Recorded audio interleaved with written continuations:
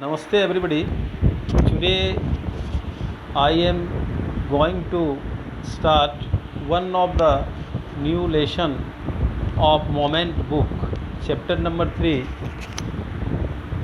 The title is Iswaran the Storyteller by R.K. Lakshman. Today we will discuss the first part of this story. In this video you will find the explanation of the textbook Moment book, page number 12, 13 and 14 with words, meaning and animation. Please subscribe, like and share. If you have not subscribed, this is my request. This is the imagination. This picture, if you find it image, this is the image of R.K. Lakshman. He is the author of this chapter. And R.K. Lakshman, about the R.K. Lakshman will know. Lakshman, his full name Rasipuram Krishna Swami Lakshman.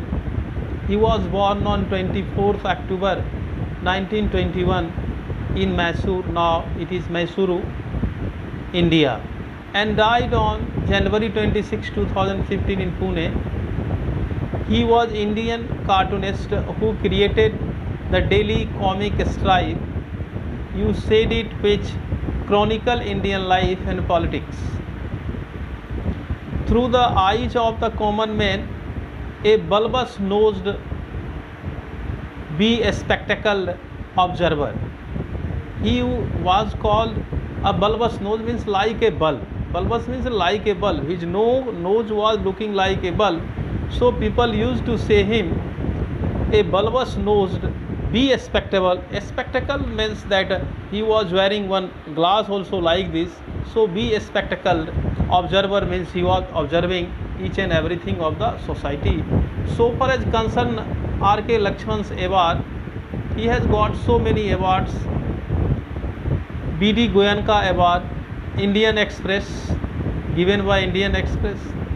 Durga Ratna Gold Medal by Hindustan Times, Padam Bhushan by Government of India, Padma Vibhushan by Government of India, Raman Magsaysay Award for Journalism, Literature and Creative Communication Arts in 1984, Lifetime Achievement Award for Journalism by CNN and IBN TV 18 on 29th January 2008. Now we are going to introduce you about the story. This story is about Ishwaran. This is the name, he is called the storyteller. एक ईश्वरन की कहानी है जिसका नाम, इस character का नाम है ईश्वरन, जो कि कहानी कहने में बहुत ही माहिर आदमी था. Because as a story telling is an art. हम सभी जानते हैं कि कहानी कहना एक कला है. He is good at it. इसमें वो माहिर था. Iswaran uses special effects, does voice modulations. उसको बोलने का एक अलग तरीका था. उसके वॉइस में, आवाज़ में उतार चढ़ाव होती थी. एक मैग्नेटिक इंडक्शंस हुआ करता था. Uses his body language. जब वो बोला करता था बॉडी में भी एक लैंग्वेज आता था. To make the story realistic. मतलब लगता था कि एकदम रियल है, सच्चाई है. इस तरह से वो कहानी कहा करता था. सो दैट द लिसनर, जो सुनने वाला होता था, Mahendra gets attracted and captivated. Mahendra को सुनकर के वो मंत्र मुग्ध हो जाता था. आकर्षित, अट्रैक्टेड तो होता ही था, कैप्टिवेटेड हो जाता था, मंत्र मुग्ध हो जाता था. In his story the writer wants to highlight this quality of Eswaran, कि how he was telling the story. His good quality of storytelling has been highlighted in this story. That he was so good at telling stories that they appear to be real. ऐसा लगता था कि वो सच ही कहानी बता रहा था, जबकि वो इमेजिनेटिव हुआ करता था. His stories were a source of entertainment for Mahendra. Second character is Mahendra, and the story of Ishwaran was a source of entertainment for the Mahendra. Some of the words here. One night Mahendra woke up from his sleep and saw a dark cloudy form. He broke out into a cold sweat. Was it a ghost? एक question है आपकी किताब में, आप देखेंगे पहला question है कि one night Mahendra woke up from his sleep and saw a dark cloudy form. Mahendra जो सेकेंड कैरेक्टर है, एकाएक रात में जब वो उठता है तो एक क्लाउडी फॉर्म देखता है, उठ जाता है। तो क्या वो घोस्ट था? He broke out into cold sweat, और पूरे शरीर में उसको पसीना चल गया। Was it ghost? क्या वो घोस्ट था? ये इमेज महेंद्र का है। Lesson with explanation of page number 12. The story was narrated to Ganesh by a young man, Mahendra by name. Ganesh. The story was narrated to Ganesh. Ganesh को ये story कहा गया by young man, उसका नाम महेंद्र था। He was a junior supervisor in firm which offered on hire supervisor at various types of construction sites. आप जब construction site पर देखेंगे जहाँ निर्माण का काम होता है, वहाँ पर एक सुपरवाइजर होता है। Supervisor means a person whose job is to check work other people. Below you see in the green point the meaning has been given here. A person whose job is to check work of other people. Below meaning I have written here. तो महेंद्र का काम था कि construction site पर जाकर के और उसके वर्क को चेक करना, दूसरे के वर्क्स को देखना, कि सुपरवाइज करना कि वो ठीक से करता है या नहीं करता है। He was doing various types of work at the various construction sites, factories, bridges, dams and so on. Mahendra's job was to keep an eye on activities at the work site. He had to keep moving from place to place every now and then, as ordered by his head office, from a coal mining area to railway bridge construction site, from there after a few months to a chemical plant which was coming up somewhere. तो महेंद्र चूँकि एक supervisor था तो वो कहीं अस्थिर नहीं रहता था, कभी इधर रहता था, कभी उधर रहता था। कभी उसको फैक्ट्रीज में ड्यूटी लग जाती थी, कभी केमिकल प्लांट में उसका ड्यूटी होने वाला था, तो कभी दूसरे जगह कंस्ट्रक्शन साइट्स पे जाना पड़ता था, कहीं ब्रिज पे जाना पड़ता था, रेलवे ब्रिज की देखभाल करने के लिए जाना पड़ता था। क्योंकि वो सुपरवाइज़र था तो सब जगह जा कर के निरीक्षण क्या करता था, सुपरवाइज क्या करता था। This is the work of the Mahendra. Next now we are coming, this is the image of a supervisor that he is doing everywhere whenever he is going, either at the railway construction sites or the bridge sites or in the chemical factories. Wherever a supervisor is going, he is supervising others work, that what he is doing and the work is going in a smooth way or not. सब काम ठीक ठाक से चल रहा है या नहीं चल रहा है, ये एक सुपरवाइजर का काम होता है। Now page 13, first para we are going. He was a bachelor, his needs were simple and he was able to adjust himself to all kinds of odd conditions, whether it was an ill-equipped circuit house or a makeshift canvas stand in the middle of a stone quarry. But now some of the words meaning, if we find out, bachelor means what? A person who is unmarried. A makeshift means temporary house we are making, tent का जो हम बना देते हैं. Quarry means mine. An asset means advantage. Anecdote means a short, amusing or interesting story about a real incident or a person. So he was a bachelor and his needs were simple. It is telling about Mahendra कि he was a bachelor man and his needs were also very simple. Mahendra का वो bachelor था, अकेले था, उसकी शादी नहीं हुई थी, तो वो तो बैचलर था ही था और उसका सिंपल वर्क था, वो ज़्यादा काम नहीं किया करता था। बहुत मतलब ज़रूरत उसकी बहुत कम थी। And he was able to adjust himself to all kinds of odd condition, जितने भी ऑड कंडीशन उसके थे वो सारे कंडीशन में अपने आप को वो एडजस्ट कर लेता था। उसमें एक गजब की कैपेसिटी थी, चाहे वह एक सर्किट हाउस हो जिसमें सारी व्यवस्था नहीं हो, इल इक्विप्ड सारी व्यवस्था नहीं हो उसमें, फिर भी वो सिर्फ वहाँ एडजस्ट कर लेता था, या एक टेंट का हाउ बना दिया जाता था घर तात्कालिक, तो उसमें भी वो एडजस्ट कर लेता था, खुश रहता था। उसकी सबसे बड़ी खासियत थी, क्वालिटी थी कि he was in able to set up himself and set his mind anywhere in odd conditions or any conditions, but he was never displeased, always he was pleased only. हमेशा वो खुश रहता था। ये क्वालिटी बहुत कम लोगों के पास होती है। तो चाहे वो मैक्स शिफ्ट हो, कैनवास का बना हो, कपड़े का, मोटे कपड़े का, या आप कह सकते हैं स्टोनी क्वारी। क्वारी का मीनिंग आप यहाँ देखें तो माइन होता है, तो चाहे स्टोन वाला आप माइनिंग में चले जाएं, वहाँ पर कहीं भी रहना हो वो आराम से रह लेता था। This is the best quality of Mahendra. But one asset he had was his cook. Asset means यार एडवांटेज, एक लाभ था कि उसके साथ हमेशा एक कुक चला करता था, ईश्वरन जिसका नाम था, उसका खाना बनाया करता था। The cook was quite attach to Mahendra and followed him अनकम्प्लेनिंगली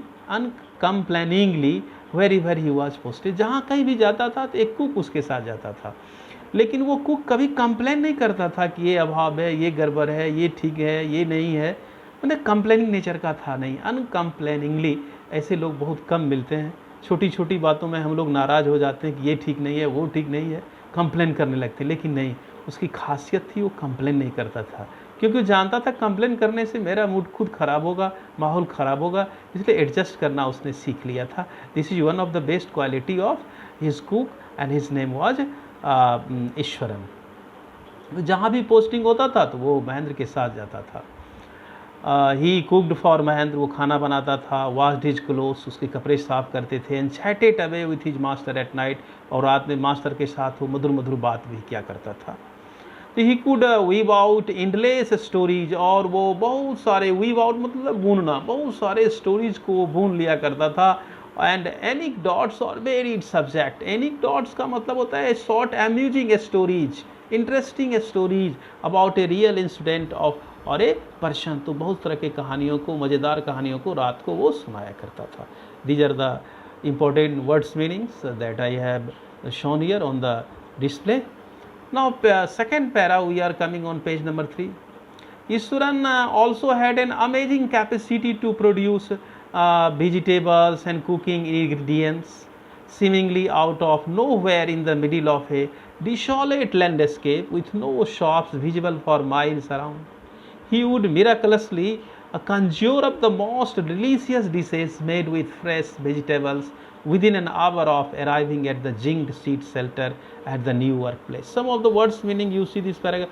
Desolate मतलब होता है empty, जहाँ खाली जगह होता है। And conjure up to means gather or create with magic. Magic के सारे क्रिएट कर लेना। Zinc sheet shelter, a temporary place to live with roof made of metallic sheet. Metallic sheet जो आजकल एस्बेस्टस का होता है उसमें जो बना रहा था वो कहते हैं। तो come to the point here again we सी, ईश्वरन के पास एक अमेजिंग कैपेसिटी थी, अद्भुत शक्ति थी उसको, कि अगर उसके पास अच्छे सब्जी, कुछ भी सब्जी हैं लेकिन उसको बहुत मज़ेदार ढंग से बना देता था। Ingredients seemingly out of nowhere, कहीं जहाँ कुछ नज़र नहीं आता था वहाँ भी वो बहुत ही सुगंधित और टेस्टी खाना बना देता था। चाहे वो कहीं खाली जगह हो, लैंड पे कहीं भी हो रहता था, जहाँ कहीं भी कोई दुकान भी नहीं हो, नज़र नहीं आता था दूर दूर तक, माइल तक, वहाँ भी अगर उसको रहने का मौका मिलता था, लेकिन वो टेस्टी वेजिटेबल्स बनाता था। उसकी एक कला था, जो ही उसके पास होता था उसी से वो बना देता था। ही वुड मिराकलसली, आश्चर्यजनक से, कंज्यूर up the most delicious, कंज्यूर up I have told you together, create with magic, कंज्यूर up the most delicious, बहुत ही टेस्टी डिशे जो बनाता था फ्रेश वेजिटेबल्स के साथ। विद इन आवर, एक आध घंटे के अंदर जहाँ वो पहुँचता था, एक zinc seat centre at the new work place जहाँ पर होता था। नई जगह पर जब जाते थे तो वो हमेशा कंक्रीट मकान तो मिलता नहीं था, वो शेड वाला मिलता था, तो शेड में रहता था। फिर भी 1 घंटे के अंदर वो खाना पीना सब तैयार करके रख देता था। This was the amazing quality of Eswaran. These are the words meaning that we have discussed earlier also, and this is one image just I have animated here of Ishwaran, that he is cooking the food, he is the master chef. You can find him out. Now we are coming to page number 13, para 3.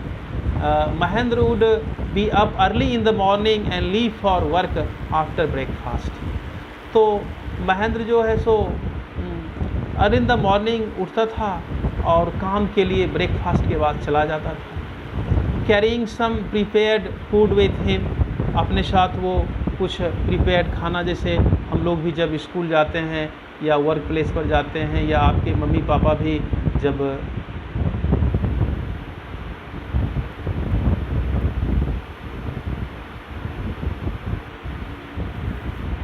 जबकि आपके mummy papa भी कहीं जाते हैं work place पर, तो वो लोग भी अपने साथ खाना बना के ले जाते हैं। तो ठीक उसी ढंग से महेंद्र जब वो सुबह सुबह उठता था तो अर्ली इन द मॉर्निंग उठ कर के वो अपने साथ कुछ न कुछ लेके खाना भी नाश्ता भी लेके जाया करता था। तो this was his daily routine कि ब्रेकफास्ट के बाद वो सुबह सुबह चला ही जाया करता था। Meanwhile Iswaran could tidy up the shed, और जब वो चला जाता था तो इस बीच में ईश्वरन का काम था जिस शेड में वो रहता था उसको बढ़िया से वो साफ किया करता था।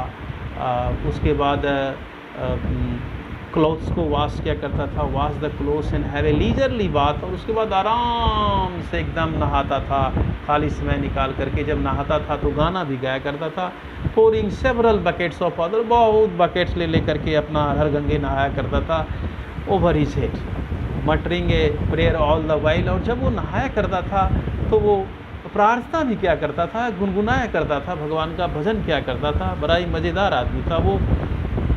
ईट a while before dodging of, dosing देखो उसके बाद क्या होता था, it would be lunch time bye then, उसके बाद नहाने के बाद उसका लंच टाइम हो जाता था। और after eating he would read a while for before dodging of. Dodging of मतलब होता है थोड़ा देर के लिए सोना, आराम करना, कि जब वो खाना खा लेता था उसके बाद उसकी आदत थी कोई किताब पढ़ने की। किताब पढ़ते पढ़ते और सोने के पहले थोड़ा किताब पढ़ा करता था और सो जाया करता था दोपहर के समय। इसका डेली का रूटीन था ऐसा। The book was usually some popular Tamil thriller running to hundreds of pages, और जो वो बुक पढ़ा करता था थ्रिलिंग था, बड़ा रोमांचित बुक हुआ करता था। उस बुक को पढ़ा करता था जिसमें लगभग 100 के आसपास पेजेज हुआ करते थे। It's फ्लरिशेज would have Eswaran in thrill. अब कुछ मीनिंग हम इसमें देखते हैं कि it's imaginative descriptions and narrative फ्लरिशेज would have hold Eswaran in thrill. अब देखिए अगर कुछ वर्ड्स मीनिंग, तो मटरिंग मतलब आप जानते हैं कि speaking in low voice.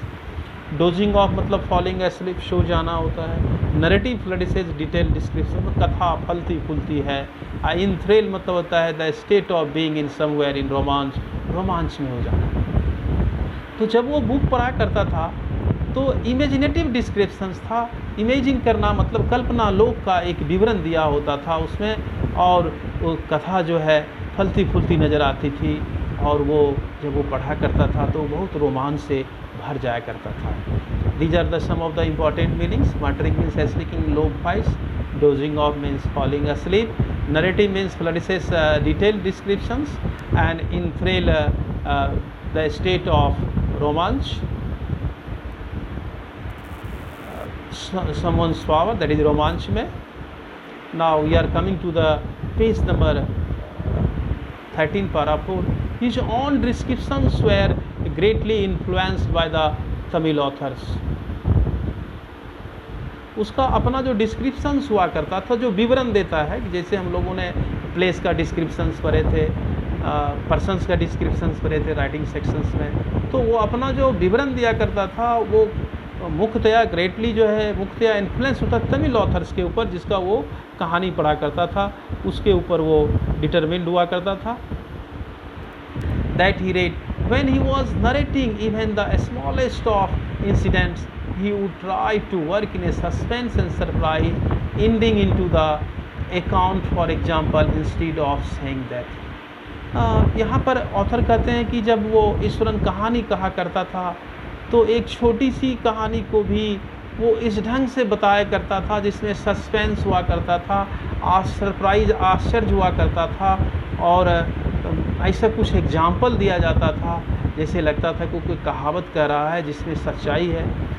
Instead of saying that he had come across an uprooted tree on the highway, अब जैसे कि एग्जाम्पल दिया, उसने कहा कि मैं एक जब हाईवे से गुजर रहा था तो एक बहुत ही बड़ा विशाल पेड़ गिरा हुआ था, उसको मैंने देखा। He would say with eyebrows suitably arched and hands held out in the dramatic way, वो जब कहा करता था तो उसके आँखें में भी एक कर्व बन जाती थी अर्धचंद्र की तरह, और ड्रामा की तरह बिल्कुल हाथ उठा दिया करता था ऐसे एक्शंस के साथ। और गैस्चर मतलब भाव भंगिमा भी ले आता था, लगता था बिल्कुल उसने एक गिरा हुआ पैर देखा है।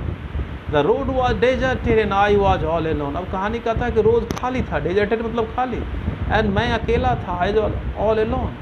Suddenly I spotted something that looked like an enormous bushy beast lying sprawled across the road. एकाएक मैंने देखा कि एक बहुत बड़ा इनॉर्मस, तो बहुत बड़ा भूसी बिस्ट वहाँ पर एक बहुत बड़ा जानवर जो है वहाँ पर सोया हुआ था अक्रॉस द रोड के इस पार से उस पार तक, झाड़ीदार, उस पर भूसी मतलब झाड़ीदार था। And I was half incline to turn on go back, अभी मैं थोड़ा घुमा ही था, लौटा ही था कि मैं पीछे चला जाऊं, बट आई केम क्लोजर, लेकिन एकाएक मैं उस जानवर के सामने आ गया। I saw that it was a fallen tree, मैंने देखा कि अरे ये तो कोई जानवर नहीं है, ये तो एक गिरा हुआ पेड़ है। ओह इट्स ड्राई ब्रांचेस, देखो एक जो गिरा हुआ पेड़ है उसको किस तरह से वो लेता है कि एक बहुत बड़ा जानवर था, लग रहा था बूसी है जंगल की तरह, लेकिन मैं भागना चाहा, लेकिन एकाएक तब तक मैं उसके पास आ गया, देखा रे ये तो पेड़ है। तो सस्पेंस रख करके उसने सरप्राइज दे दिया। With is dry branches straight out, इसके सूखे सूखे ब्रांच निकले हुए थे ऐसे करके। Mahendra would stretch himself back in his canvas chair and listen to Isran's tales uncritically, और जब महेंद्र सुनता था तो ऐसे चेयर पर बैठ करके अपना इंक्लिन्ड होता था, कुछ बोलता नहीं था और कहानी उसका सुनता था, कैसे वो कल्पना लोक में बह करके वो सारी कहानियों को कहा जाता था। Page number 14, first para we are going to deal with.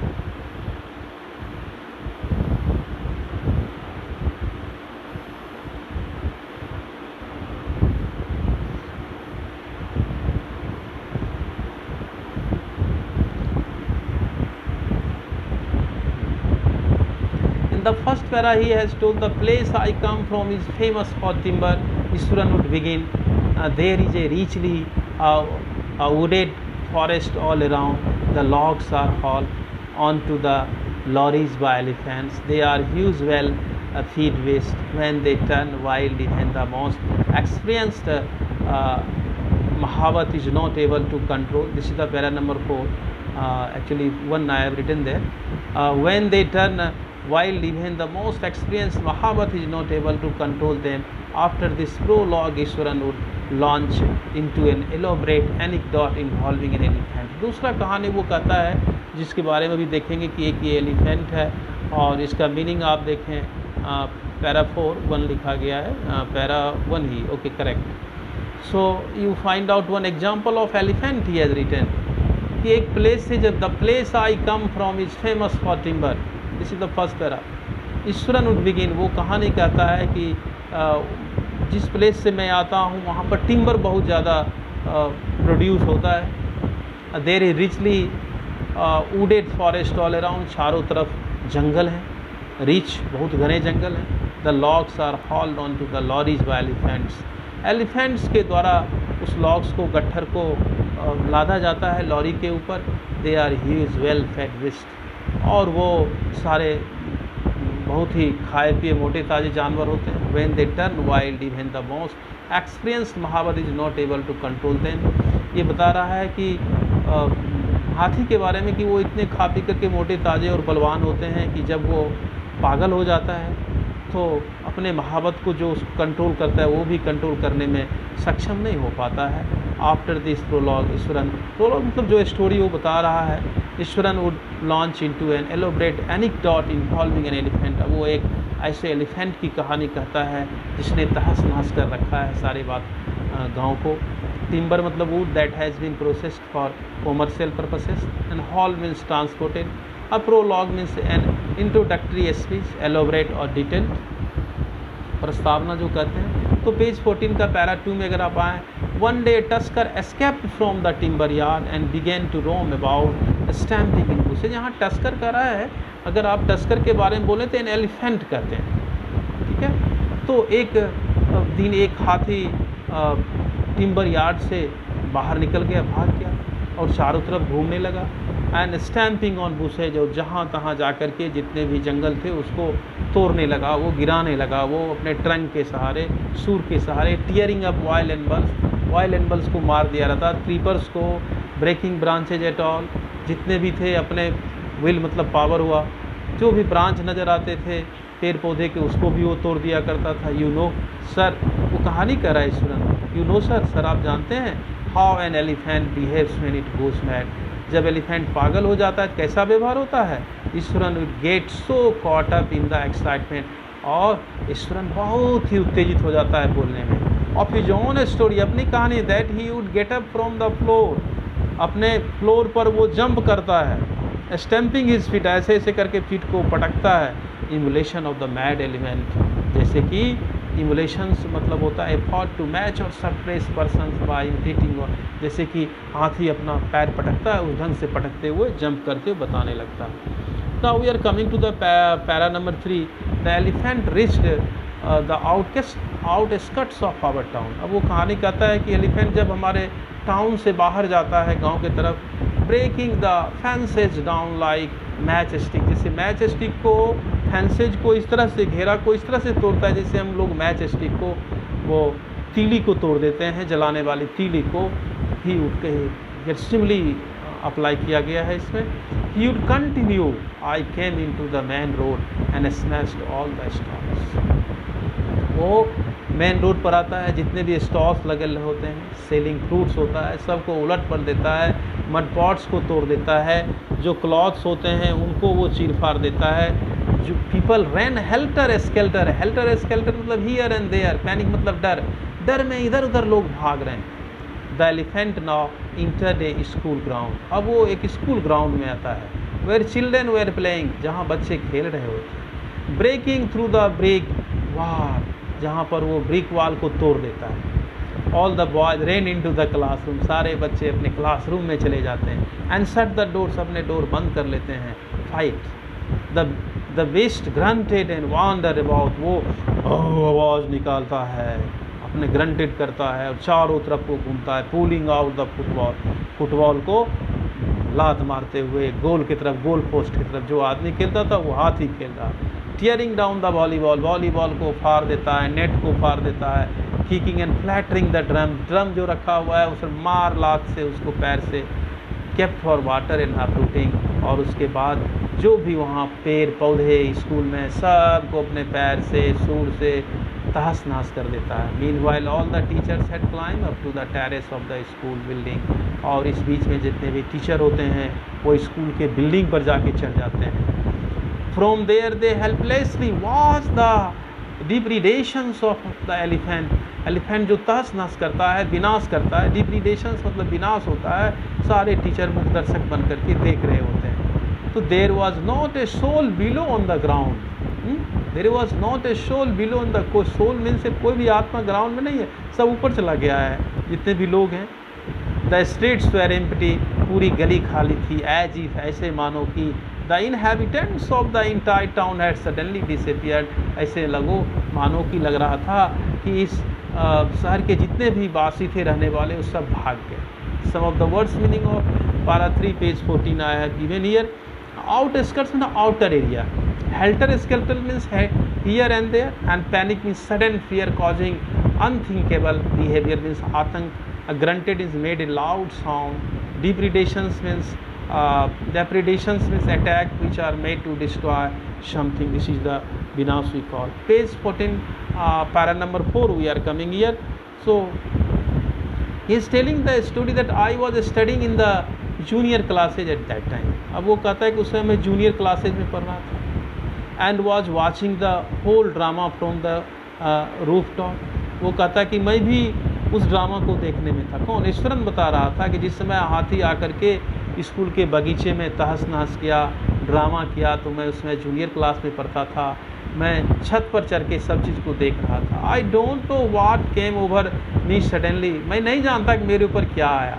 I grabbed A can from the hands of one of the teachers and run down the stairs into the open. अब वो अपनी वाहवाही लेने के लिए बता रहा है कि एकाएक उसने एक कैन, जो छड़ी था, लाठी था, एक टीचर के हाथ से छीन लिया और ग्राउंड में वो दौड़ पड़ा। कौन दौड़ पड़ा? Eswaran. The elephant granted and menacingly swung a branch of a tree which it held in its trunk. तो उस, अब देखिए कुछ वर्ड्स मीनिंग यहाँ पर है, that will see here. Hypnotize means to influence, control or direct completely as by. Prastal means charm, words or domination, सम्मोहित करना, मंत्रमुग्ध करना. Hypnotize means mastering means putting together, wrecked means hit noisily, and collapsed means fell. This is the elephant that has destroyed the whole area of the school. If you see, this image has been given here. So what happens कि वो can लेकर के जब नीचे आया तो it stamped its feet. Elephant grunted menacingly and swung a branch of a tree. वो पूरा जोर से चिंघाड़ा और जंप मार करके एक ट्री का एक ब्रांच तोड़ लिया और हेल ट्रंक में ऐसे लेकर के झुलाने लगा पकड़ करके. It stemmed its feet kicking up a lot of mud and dust. वो अपना फीट पूरा पटक रहा था, वहाँ पूरा कीचड़ बना दिया था जो जहाँ पानी लगा हुआ था. इट लुक्ड फ्राइटेनिंग, बहुत ही भयावह लग रहा था. But I moved slowly towards it, लेकिन मैं धीरे धीरे इसकी तरफ बढ़ा. स्टिक इन हैंड, मेरे हाथ में स्टिक था. People were watching the scene, सारे लोग मेरे तरफ देख रहे थे. देखिए बहादुरी का काम वो करने जा रहा है. Hypnotised from near by house tops, ऊपर के छत से हिप्नोटाइज एकदम मंत्रमुग्ध होकर के मेरे तरफ देख रहे था. The elephant looked at me, elephant ने मेरे को देखा रेड आइड, लाल लाल आँखों से. टू रश टुवार्ड्स, मेरे तरफ दौड़ा. It lifted it trunk and ट्रम्पेटेड loudly, trunk ऐसे करके उठाया और जोर से वो चिंघाड़ा. At that moment I moved forward, और तब मैं आगे बढ़ा. मास्टरिंग ऑल माई फोर्स, पूरा ताकत लगाकर. Waked it's third toe nail on the quake, और पूरा तोड़ लगाकर उसके पैर की जो थर्ड टो होती है उस पर मारा. The beast looked stunted for a moment, वो थोड़ा देर के लिए एकदम पूरा लगा जैसे उसको बिस लग गया. Then it swayed from head to foot and collapse, और वो थरथरा करके गिर गया, क्योंकि वो समझ गया था ईश्वरन वहाँ मारा था जहाँ पर लगने के बाद हाथी को कंट्रोल किया जा सकता था. तो पिछले वाले नेल पर, टो पर उसने पैर में मारा, और जहाँ वो लगने के साथ ही वो थरथरा गया हाथी और गिर गया. He was knowing how to control the elephant. This is the elephant that has been so this is the first part of the story I am going to complete here. Thanks. See the second part in next video, and I'd like to request you everybody, if you have not subscribed, please subscribe it and like it, and do not forget to please share it also. This is my request to everybody. That's all. Thank you. Have a nice day. Everybody, thank you. Thank you.